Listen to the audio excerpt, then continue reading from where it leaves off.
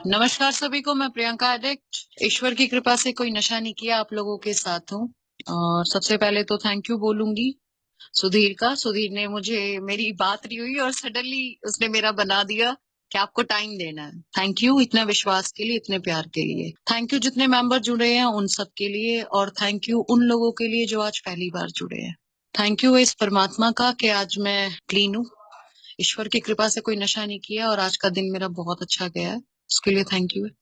Thank you इस सुंदर programme का जिसकी वजह से आज मैं जी रही हूँ। वरना आज मुझे मरे हुए 2 साल 4 महीने अभी इस 9 तारीख को फिर से हो जाएंगे यार। और मैं अपने आप को इस बात के लिए अप्रिशिएट करती हूँ। थैंक यू है। सबसे पहले मैं थोड़ा सा अपने बारे में डिस्क्राइब कर देती हूँ। मैं प्रियंका हूँ, मैं दिल्ली में रहती हूँ। और दिल्ली में एक ऐसे प्रोफेशन में हूँ जहाँ नशा मुझे बहुत इजीली प्रोवाइड होता है, पानी की तरह। जहाँ जिसको बोलते हैं, जैसे हमारे घर कभी कोई मेहमान आते हैं तो हम कहते हैं ना, चाय लोगे, कॉफी लोगे, ठंडा लोगे, गर्म लोगे। तो हम लोग ये नहीं पूछते थे, हम लोग बोलते थे कि पॉइंट लेगी या कुछ और लेगी। आप XYZ जो भी आपका यूज करते होगे या कर किया होगा वो समझ सकते हो। तो मैं एक ऐसे प्रोफेशन में जॉब करती थी। और दिल्ली में एक अच्छी खासी फैमिली से बिलोंग करती हूँ मैं।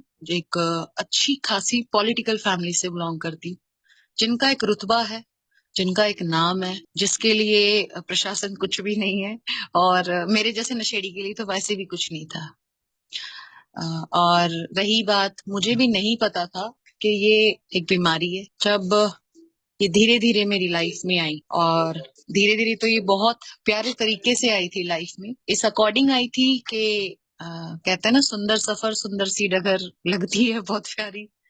इस अकॉर्डिंग इसने मुझे इनवाइट किया था, मेरी लाइफ में हेलो बोला था। और एक गेट टुगेदर में मेरे को इनवाइट हुई थी और मैंने उस टाइम पहले तो मना किया था। और फिर उन्होंने कहा कोई बात नहीं, चलता है, पी के देख। ठीक है, ओके। स्टार्ट किया। वो पहला घूंट, वो पहला कश मेरी लाइफ की बैंड बजा गया, मुझे नहीं पता चला।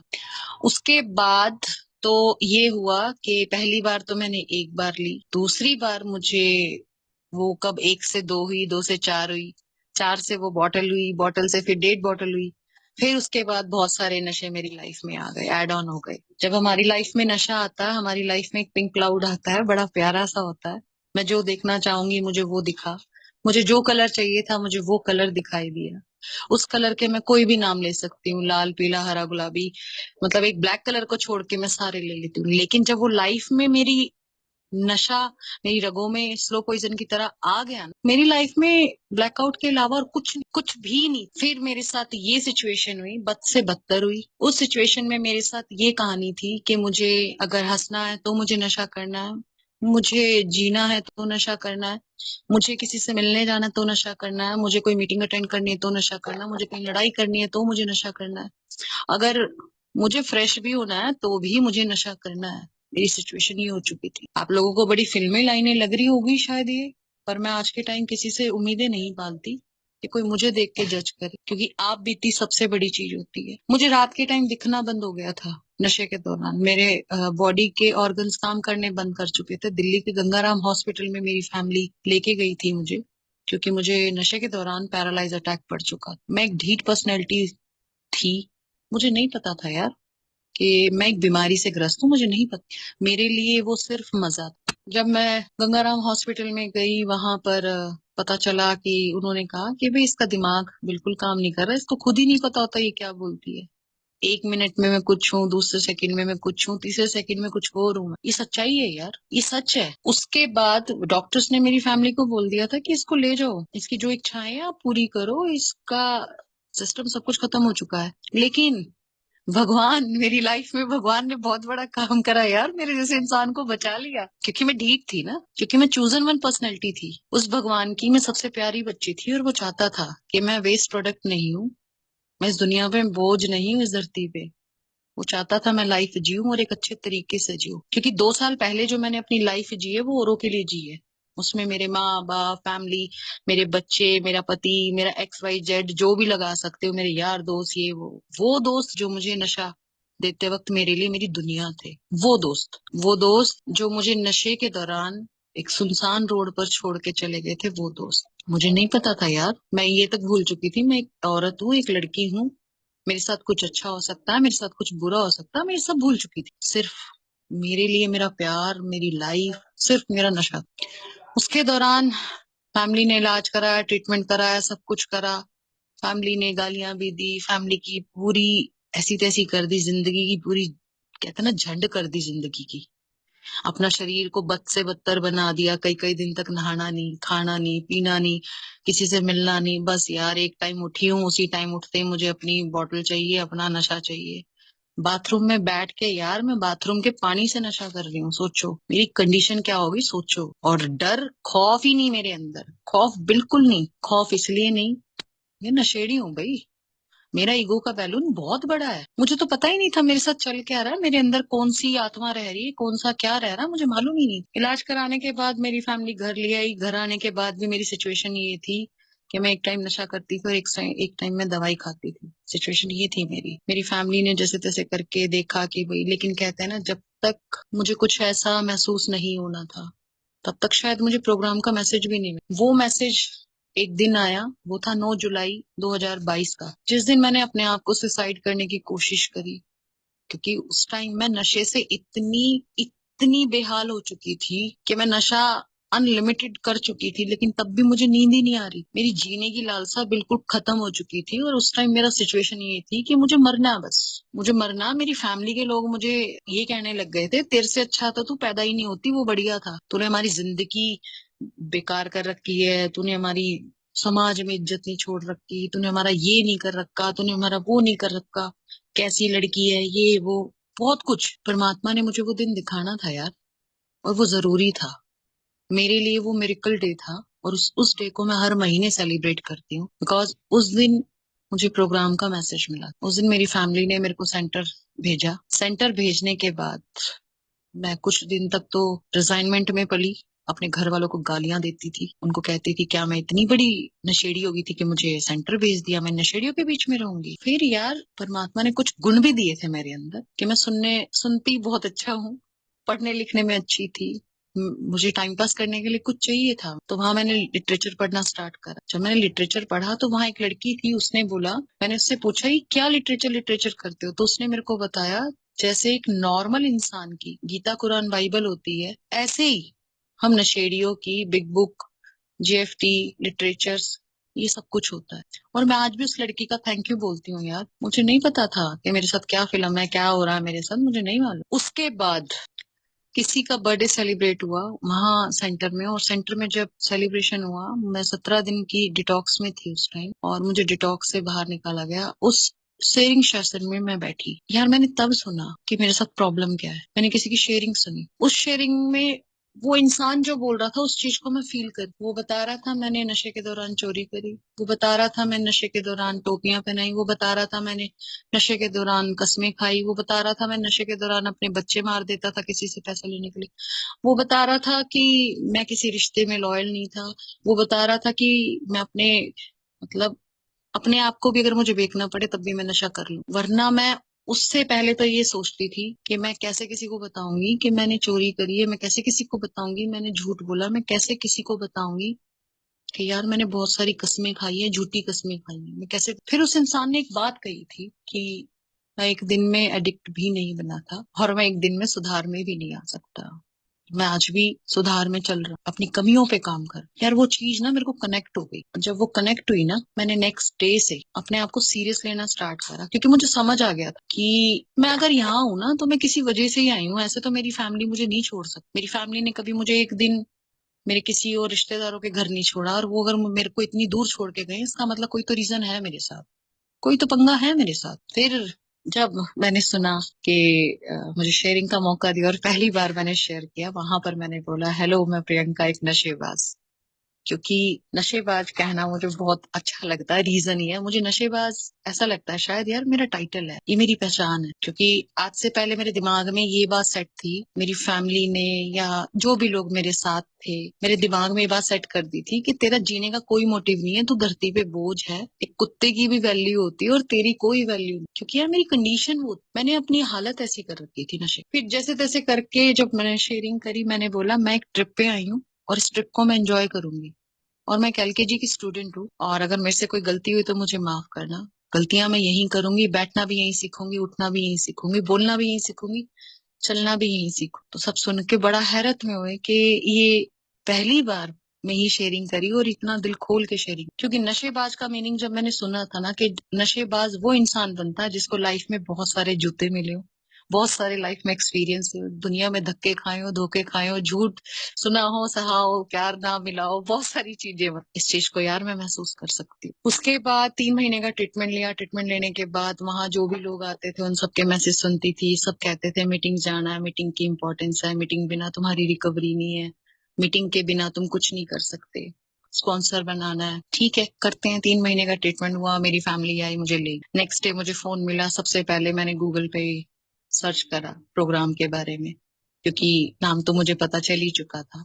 और आज भी मेरे फोन में सबसे पहला नंबर मीटिंग्स का है, 24 मीटिंग्स का है मेरे पास। तो मीटिंग ज्वाइन करी मैंने। एक हेल्पलाइन वाले को कॉल किया, उसको बोला कि ऐसे ऐसे मैं सेंटर से आई हूँ, मुझे मीटिंग करनी है। उसने कहा ठीक है मैडम, आप बताओ कौन सी मीटिंग करना चाहते हो, फिजिकल करोगे या ऑनलाइन करोगे। मैंने उनको बताया आप मुझे ऑनलाइन का बता दीजिए। मेरी फैमिली पीछे से बोलती है इनसे पूछो पैसे तो नहीं लगते, टिकट तो नहीं लगती, कहीं यहाँ भी हमें पैसा देना पड़े। मैंने पूछा उनसे, वो कहते नहीं नहीं मैडम, आपका आना ही इम्पोर्टेंट है, आप मीटिंग आओ, यहाँ कोई पैसा नहीं लगता, यहाँ कुछ नहीं है। मैं गई यार, मीटिंग ज्वाइन करी मैंने। नेक्स्ट डे मीटिंग ज्वाइन करी। मैं भी कभी माइक अनम्यूट करती थी, कभी बोलती थी हेलो मैं प्रियंका, जैसे नए नए लोग करते हैं। मैंने भी बहुत हरकतें करी है, क्योंकि एक नए इंसान को नहीं पता मीटिंग में कैसे, डेकोरम में कैसे बैठना है। क्योंकि यार उसे तो पता ही नहीं ना, वो गलतियों का पुतला है। मेरे साथ यही सिचुएशन थी, मुझे नहीं पता था। मीटिंग में आई, 1-2 बार मीटिंग सुनी, 2-3 दिन गायब हो गई। फिर एक मेंबर का मुझे कॉल आया, कहता मैम आप मीटिंग में नहीं आए। मैंने उनको बोला, मैं कहा क्यों, आपको पैसे नहीं मिले। मैं सोचती थी यार जितने लोग बैठे हैं उनको शायद पैसे मिलते हैं मीटिंग में आने के। तो उन्होंने कहा कि नहीं, आप मीटिंग आए। तो मैंने कहा ठीक है। फिर उन्होंने मुझे 2-4 नंबर दिए, उनसे बात करनी शुरू करी। बात शुरू करी तो एक मेंबर ने कहा आप मैम 90 डेज 90 मीटिंग्स करें और आप सुनने पे काम करें। जब भी मीटिंग में आप आए अपनी अटेंडेंस जरूर लगाए, वहां एक बार अपना नाम जरूर रेकमेंड करें कि मैं ये हूँ, अपनी पहचान बताएं। कोशिश करें कि सुनने पे। यार धीरे धीरे मेरी सोच में बदलाव आया, मेरे लहजे में फर्क पड़ा। मैंने फिर जब एक फीमेल मेंबर थी उनसे बात करी, मैंने उनसे पूछा थोड़े टाइम बाद, क्या मैं रोज बताऊंगी अपनी फैमिली को कि मैंने आज नशा नहीं करा? क्या मैं रोज उनको ये दिखाऊंगी कि देखो मेरी आंखें में आज लाल नहीं है, मैंने नशा नहीं करा, देखो मेरे मुंह से बदबू नहीं आ रही, आज मैंने पी नहीं? उन्होंने मुझे एक ही जवाब, आपको जस्टिफिकेशन देने की जरूरत नहीं है, क्योंकि नशे के दौरान ऐसा कोई सर्टिफिकेट, ऐसा कोई मेडल बना ही नहीं है कि आप सामने वाले को सेटिस्फाई कर पाओ। आपके लिए सिर्फ मीटिंग आना इम्पोर्टेंट है। आपके हाव भाव बताएंगे, आपका बोलचाल बताएगा, आपका रहने का ढंग बताएगा, आपकी बिहेवियर। मैं कहा ठीक है, ओके, करते हैं। यार किया मैंने, स्टार्टअप किया। पहले मुझे मेरे खुद के घर में घूमने में 1 हफ्ता लगा था। मुझे ऐसा लगता था जब मैं सेंटर से आई थी जैसे मुझे कोई मेरे घर में ही देख रहा है, कोई भूत है शायद मेरे। अननोन फेयर में जी रही थी मैं। उसके बाद मैंने कहा अपनी फैमिली को, मैं कहा मुझे ऐसा लगता है तुम लोग सब चले जाते हो, घर में कोई मेरे पीछे पीछे घूमता है, ऐसा लगता है मुझे। उन्होंने कहा कि घर में कैमरे लगे हुए हैं, चेक करो देखो कौन है। डर था। मैं ऊपर से बालकनी में से अगर नीचे झांकती थी, मुझे लगता था कोई मुझे देख लेगा तो कहेगा ये तो फिर आ गई। उसके बाद फिर उन्होंने बताया मुझे कि ये सब होना कॉमन। यार मुझे बहुत टाइम लगा, मुझे फोन चलाने में टाइम लगा। मैं अपना ही फोन चलाना भूल चुकी थी। मैं किसी से बात करती थी, मैं ऐसे वाइब्रेट होने लगती थी बॉडी मेरी। मुझे नहीं समझ आता था कि मेरे साथ क्या चल रहा है। मैं छोटी छोटी चीजें डिस्कस करने लगी, मेंबरों के से पूछने लगी छोटी छोटी बात, ये मेरे साथ क्यों हो रहा है। मैंने आज सपना देखा कि मैंने आज पी ली। उन्होंने कहा मीटिंग ज्वाइन। मैंने आज ये देखा कि मैं किसी से बदतमीज बोल रही हूँ। उन्होंने कहा मीटिंग ज्वाइन। मैंने आज ये देखा कि मेरे को बहुत गुस्सा आ रहा है, मैं तोड़ फोड़ कर रही हूँ।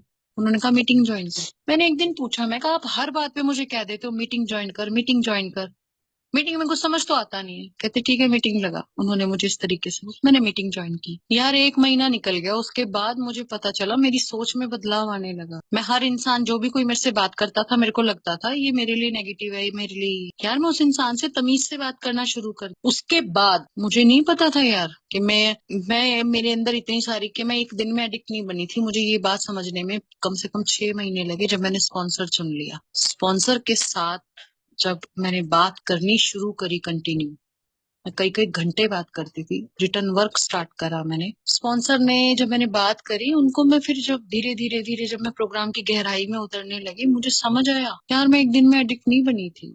मैं मंदिर इस लालच में जाती थी कि मुझे शिवलिंग पे रखा हुआ एक का सिक्का मिलेगा। जल चढ़ाने में इसलिए जाती थी कि मुझे वो एक का सिक्का उठा के लेके आना, उस एक के सिक्के से मैं 4 पान परास की टैबलेट जो टॉफियां आती है वो खाऊंगी। भगवान को कहती थी, भगवान मैं बड़ी हो जाऊंगी, मेरी जॉब लगेगी, मैं आपको वापस कर दूंगी। मुझे क्या पता था, सबसे पहली चोरी मैंने वहां से सीखी, झूठ बोलना मैंने सीखा, बंक मारना मैंने सीखा। फिर उसके बाद दिवाली के मौके पर मेरी फैमिली जब इकट्ठा होती थी, तब मेरे फादर लोग सारे बैठते थे, गेट टुगेदर करते थे। वो लोग कुछ अपना सोशल ड्रिंकिंग वगैरह करते थे, मैं वो कोक के लालच में उनके साथ शुरू हुई। वो सोचते थे बच्चा कोई बात नहीं, मुझे नहीं पता था कि मैं शुरू से ही प्रोग्राम में मतलब मेरे साथ हरकत है, मुझे नहीं पता था। उसके बाद जब मैं शादी ब्याह में कहीं जाने लगे हम लोग, और वहां पे जब पार्टीज होती थी वो छुप के लड़कियों के साथ बैठ के स्टार्ट कर दी पीनी, तो वहां पे ये हो गया कि कोई नहीं, मस्ती में तो हो ही जाता है। लेकिन हद तो तब हो गई ना जब सरेआम हो गया, और जब वो सरेआम हुआ वो तो बिल्कुल ही बेड़ा गर्क कर गया। मेरा मेरा वेट एडिक्शन के दौरान इतना गिरा है ना, मैं एक पेन नहीं उठा सकती थी। मेरे अपना ही मेरा खुद का शरीर, मेरे हाथ पांव ऐसे हो गए थे जैसे प्लास्टिक। जब मैंने 3 दिन हॉस्पिटल में निकाले थे, तो वहां मेरे को 3 दिन तक तो मैंने हंसी मस्ती और ऐसे ही निकाल दी कि चलो मैं ठीक हो जाऊंगी, ठीक हो जाऊंगी। क्योंकि दिल्ली के सबसे बड़े हॉस्पिटल में थी, वीआईपी ट्रीटमेंट मिल रहा था, आदत ही इतनी बिगड़ी हुई थी। तो लेकिन यार हद हो गई थी। जब तीसरे दिन की रात आई ना, तब मैंने ना परमात्मा के आगे रो रो के ये बात कहनी शुरू कर दी थी कि भगवान इससे अच्छा तो मुझे उठा लेता, मुझे क्यों एक नशेड़ी बना दिया। मेरे से गलती हो गई, मैंने दारू पी ली, मेरे से गलती होगी, मैंने नशा कर लिया। मुझे नहीं पता था भगवान ने मेरे लिए क्या प्लान कर रखा था। ना मेरे को पैरालाइज अटैक पड़ता, ना मैं सेंटर जाती, सेंटर से मुझे ना मैसेज मिलता, और आज मैं यहाँ हूँ।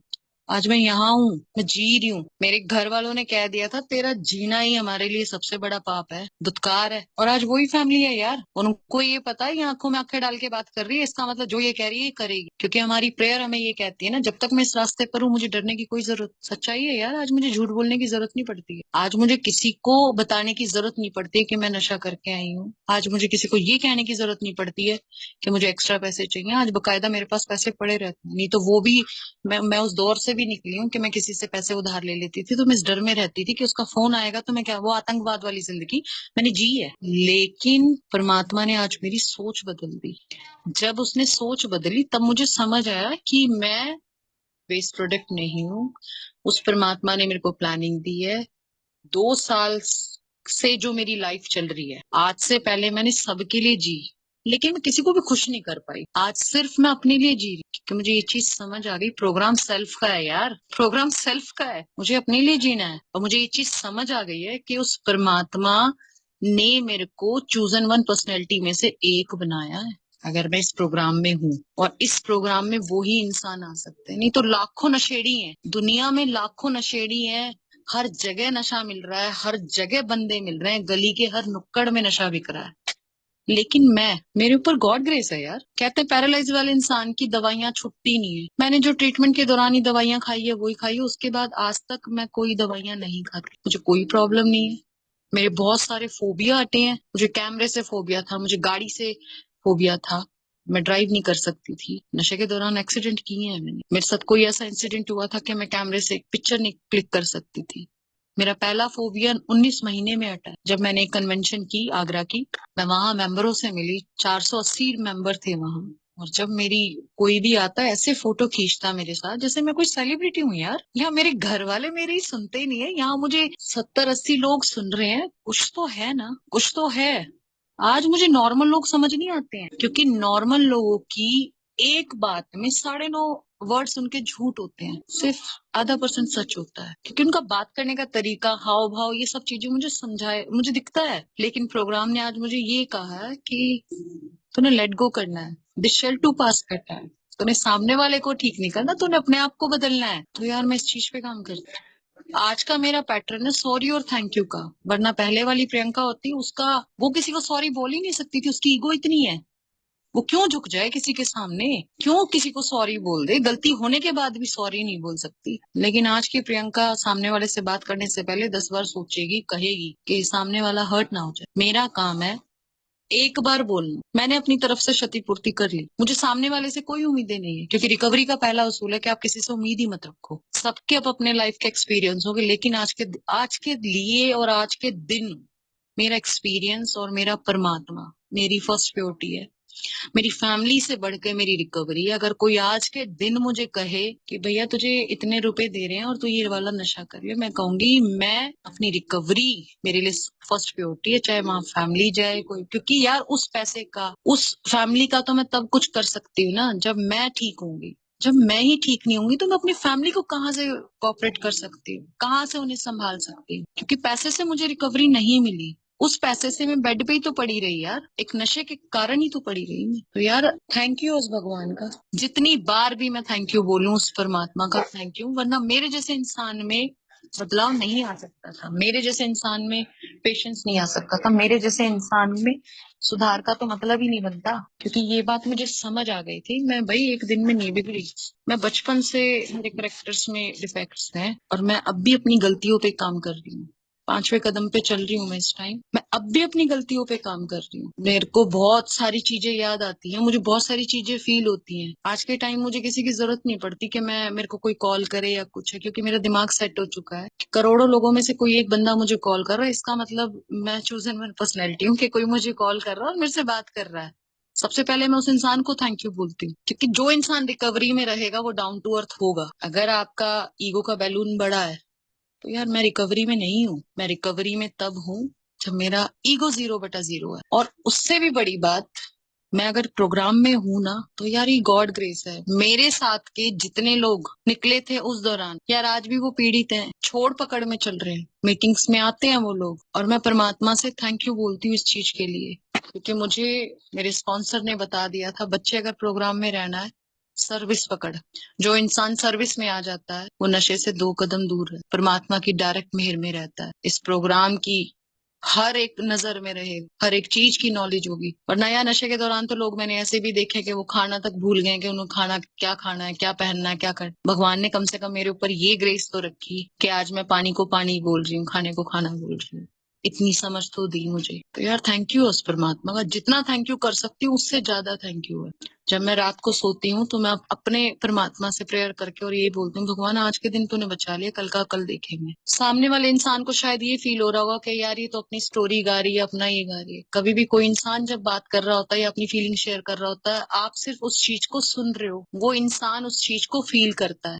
क्योंकि मुझे आज भी याद है जब मेरी फैमिली ने मुझे ये बात कह दी थी ना, तेरे से अच्छा तो तू ना होती वो ज्यादा बढ़िया था। अगर एक नशेड़ी पैदा होना था तो तेरे से अच्छा ना होती वो ज्यादा अच्छा था हमारे लिए। और तेरा जीना इस धरती पे बोझ है, मरेगी इस धरती पे निशान भी नहीं होगा तेरा। क्योंकि नशे के दौरान मैंने अपना कोई आईडी कार्ड, कोई प्रूफ मेरे कुछ नहीं रखे हुए थे, और आज के दिन मेरे पास सारे प्रूफ हैं, सारे अकाउंट्स है, सब कुछ है। मेरे अंदर ये बदलाव है यार। आज के टाइम में सबसे पहले अपने आप को थैंक यू बोलती हूँ, क्योंकि एडिक्ट पर्सनैलिटी जो होता है, थैंक यू, एक एप्रिशिएशन का भूखा इंसान होता है। क्योंकि घर वालों ने हर उसे अप्रिशिएट ही नहीं करा, दुनिया ने उसे अप्रिशिएट नहीं किया। हमने एक चीज देखी है कि हमारे से कोई प्यार से बोलेगा, हम अपनी जान भी देने को तैयार हो जाएंगे, क्योंकि यार हमें चाहिए क्या, हमें यही चाहिए। पागल ही होते हैं, एक एडिक्ट इंसान पागल है सिर्फ, वो अपनी दुनिया में जीता है। पहले मैं नशे के दौरान खुश रहती थी, क्योंकि मुझे नशा करके ही हंसी आती थी, नशा करके ही मुझे हर चीज अच्छी लगती थी। आज मैं अपनी रिकवरी के नशे में हुई यार, तो निकलते बढ़ते मैं परमात्मा को थैंक यू बोलती हूँ, उनसे बात करती हूँ, क्योंकि मेरी समझ का ईश्वर हमेशा मेरे साथ रहता है। मेरे लिए जो करेगा वो अच्छा करेगा, मैं उस चीज को फील कर सकती हूँ। मेरे साथ नेगेटिव होगा वो भी मुझे पता चलेगा, मेरे साथ पॉजिटिव होगा वो भी मुझे पता चलेगा। क्योंकि अगर आप सच्चे दिल से प्रोग्राम में हो तो यार प्रोग्राम काम करता है, करने दो, तो सच्चाई है ये। और जितने भी न्यू कमर आए हैं उनको शायद ये मेरी बात पता नहीं समझ आ रही है, नहीं आ रही है। आप सिर्फ सुनने पे काम करें, आते रहें। मीटिंग्स आना आपके लिए बहुत इंपॉर्टेंट है, किसी ना किसी मेंबर के टच में जरूर रहे। मैं आज भी जब उस मेंबर से बात करती हूँ ना, जब उस मेंबर का कॉल आता जिसने मुझे मीटिंग में इनवाइट किया था, मैं उसको बोलती हूँ, मैं कहा मिल गए तुझे पैसे, कहता बस तू आती रह, हमें पैसे मिलते रहेंगे। है यार, आज मुझे नॉर्मल लोगों से बात करनी बिल्कुल अच्छी नहीं लगती। जितने मेंबर्स हैं मेरे पास, चाहे वो दिल्ली में हो, पंजाब में हो, सूरत में हो, या फिर बॉम्बे में हो, उड़ीसा में हो, कहीं भी हो, मैं उन लोगों से जब बात करती हूँ मुझे ये पता है कि हाँ मेरा एक अपना कोई है।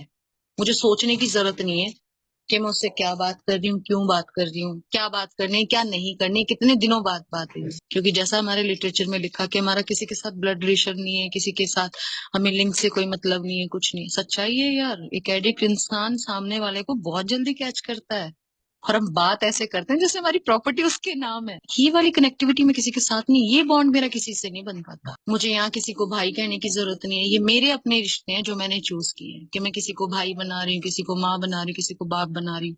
ये मेरे अपने रिश्ते हैं।